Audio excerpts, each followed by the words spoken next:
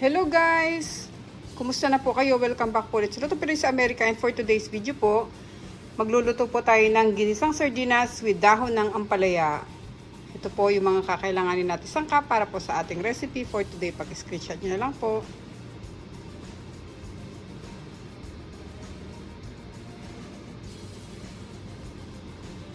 Yan. Magluluto lang po tayo ng napakasimpleng ulam ngayon. Napaka-healthy pa.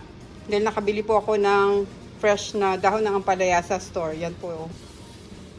Dito po sa Amerika, mas mahal pa po yung dahon ng ampalaya kaysa po sa mga karne na nabibili namin. Kaya umpisa na po natin pagluluto dito sa ating recipe for today at sa mga bago po sa aming channel. Sana mag-subscribe po kayo sa Luto Pinoy sa Amerika. Salamat po. Papainit po tayo ng kawali dito. Lagyan po natin siya ng mantika dahil mainit na. Ilagay po natin yung ating bawang.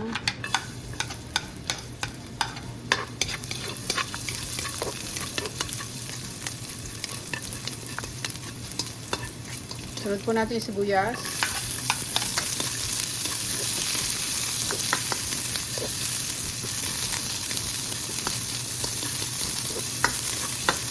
Tapos yung ating kamatis.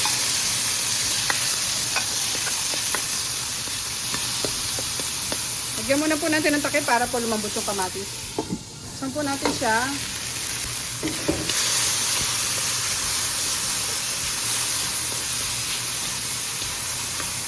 Ngayon lagay po natin yung dalawang sardines. So bali yung sardines na ginamit ko, dalawang klase, isang green at saka isang red. Gusto po namin yung may konting anghang, kaya gumamit din ako ng red.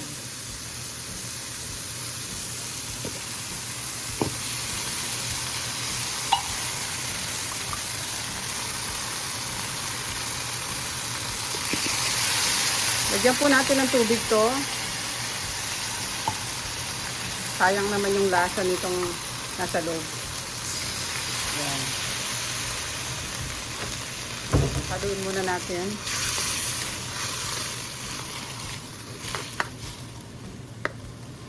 Durug-durugin natin ng konti yung mga isda para maghalo sila ng mabuti sa ating dahon ng ampalaya. Tapos maglagay po tayo ng konting black ground pepper. Maglalagay din ako ng konting asin. Pwede na po yun.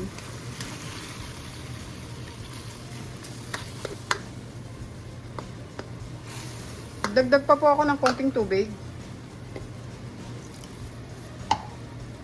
Nasa sa inyo po kung gaano kadami po yung gusto nyong tubig na ilagay. Ngayon pwede na po natin ilagay yung dahon ng ampalaya. Lalagay ko po lahat ito kasi pagka po naluto ito, siguradong liliit naman sila.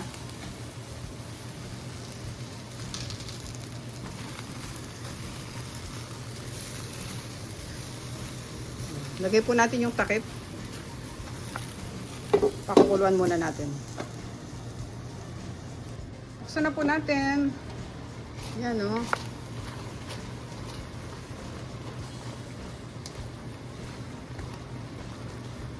Tingnan nyo yung kaninang dami ng ampalaya or dahon ng ampalaya na wala na.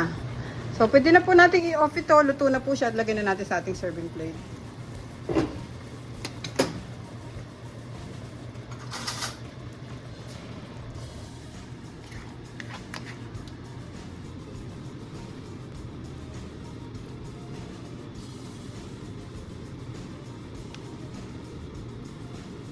Okay guys, ito na po ang ating recipe for today. Ang ating pong ginisang sardinas with dahon ng ampalaya. Yan, napakasarap po niyan at healthy. At maraming salamat po ulit sa panonood guys. Ingat po tayong lahat. God bless po. Sana po nagustuhan niyo po yung ating recipe for today. Yan po ang ating ulam. Ingat po tayong lahat guys. God bless po. Salamat po sa panonood sa Luto Pinoy sa Amerika at sa mga bago po sa aming channel. Sana po mag-subscribe kayo sa Luto Pinoy sa Amerika. Paki-check niyo po yung other videos namin. Salamat po sa Diyos sa panibagong araw na naman na nakalipas sa atin. Kita-kita po tayo sa susunod na video.